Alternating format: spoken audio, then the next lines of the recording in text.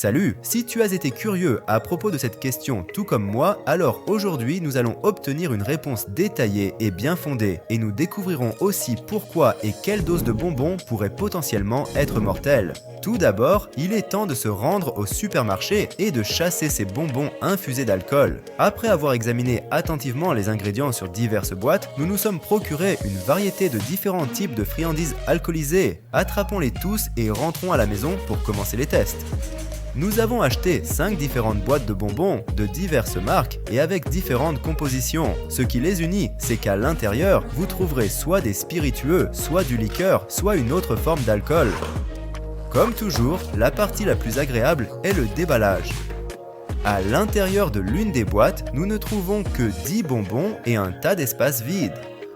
De plus, en plus de l'alcool, cette friandise au chocolat contient également des cerises trempées dans l'alcool. Alors que cela pourrait rehausser la saveur, pour nos besoins, cela signifie qu'il y a très peu de liquide dans le bonbon. De cette boîte de bonbons, nous avons obtenu juste un petit peu d'alcool et 10 cerises dont nous ne pouvons pas mesurer du tout la preuve d'alcool. Ces bonbons ne conviennent même pas pour des estimations approximatives.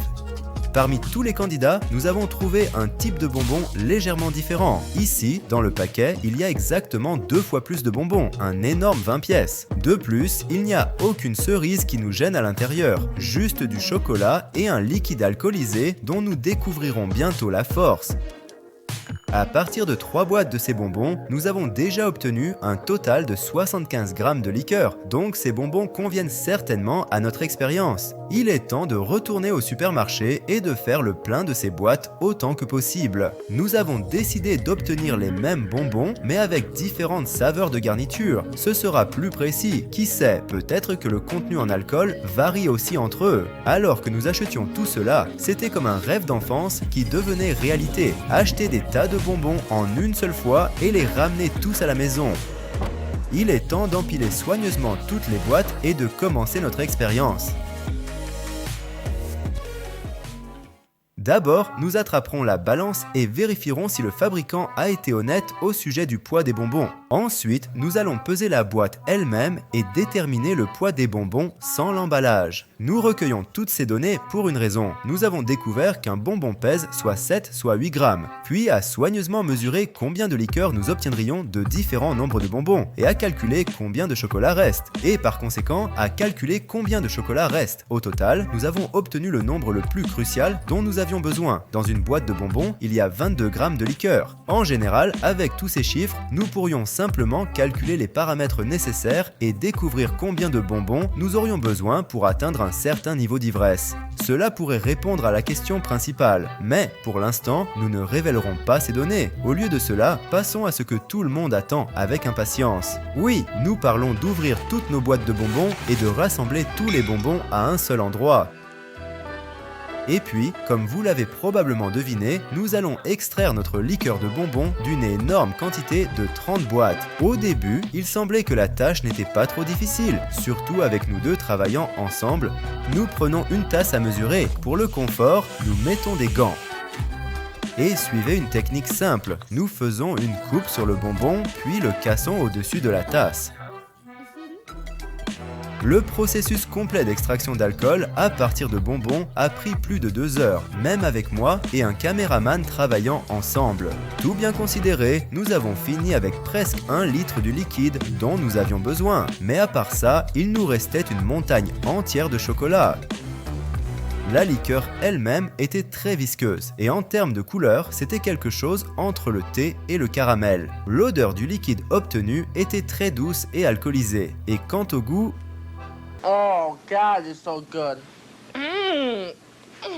So good. Maintenant, notre tâche est de déterminer la force de notre liqueur. Pour connaître la force d'une boisson alcoolisée, les gens utilisent généralement un appareil ménager appelé un hydromètre. Vous devez l'émerger dans le liquide et il montrera précisément la force de la boisson. Mais il y a un problème, l'hydromètre ne mesure rien avec des impuretés, rien d'autre que l'alcool et l'eau. Il ne peut même pas mesurer un alcool standard. Alors notre liquide super visqueux aussi. Eh bien, il semble, nous ne pourrons pas trouver la preuve, peut-être approximativement, au moins. Nous pouvons. Nous avons pris un pot vide et l'avons rempli de vodka dont nous connaissons et avons fixé la force. Ensuite, nous avons collecté les paires d'alcool obtenues dans le bocal dans une seringue. Et vérifier quel numéro notre alcotest nous montrerait. Nous avons obtenu une certaine valeur. Nous avons fait de même avec la liqueur, dont la force nous est également connue, et puis avec la liqueur que nous avons obtenue. Tous ces chiffres sont intégrés dans un système d'équations scolaires simples à partir duquel nous dérivons la valeur de la force de notre liqueur. Bien que ce ne soit pas très précis, nous avons au moins une valeur approximative, et c'est 19% d'alcool en volume. Maintenant, nous avons toutes les données en main, à partir desquelles nous avons compilé un tableau des niveaux d'intoxication. Pour ressentir une légère intoxication, nous avons juste besoin de 5 boîtes de bonbons, à partir desquelles nous obtenons 110 ml de liqueur, accompagné d'un effet secondaire de 700 g de chocolat et plus de 2000 calories. Un tel niveau d'intoxication n'est pas effrayant, donc nous avons décidé d'essayer ces 110 ml nous-mêmes.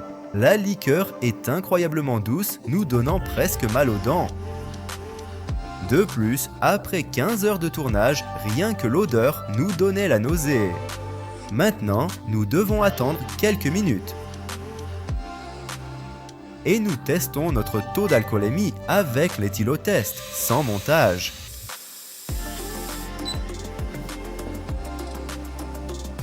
Tout correspond.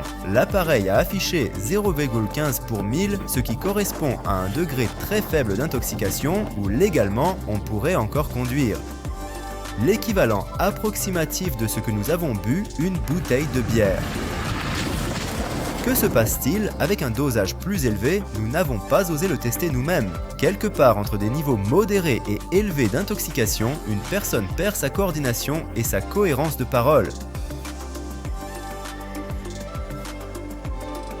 Et après avoir consommé 30 boîtes de bonbons, non seulement on sera très ivre, mais les risques pour la santé dus aux calories et au sucre consommé sont immenses. Alors, j'espère que vous avez compris la réponse à cette question et que vous n'essayerez pas de la tester chez vous. Aussi, vous pouvez nous donner un j'aime pour répondre à votre question d'enfance et dans les commentaires, répondez à notre question. Que devrions-nous faire avec tout ce chocolat maintenant? Au revoir!